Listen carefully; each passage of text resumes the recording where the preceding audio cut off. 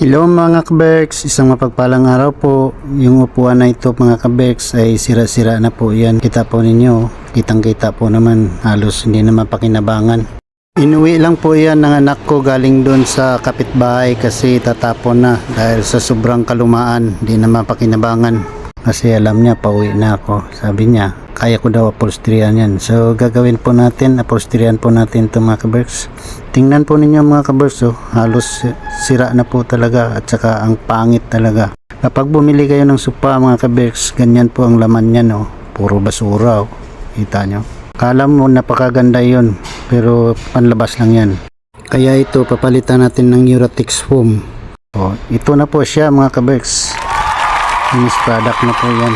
Hindi na po natin napakita ang ilan sa mga video gawa ng masyado pong mahaba, kaya shortcut na lang mga kaberks.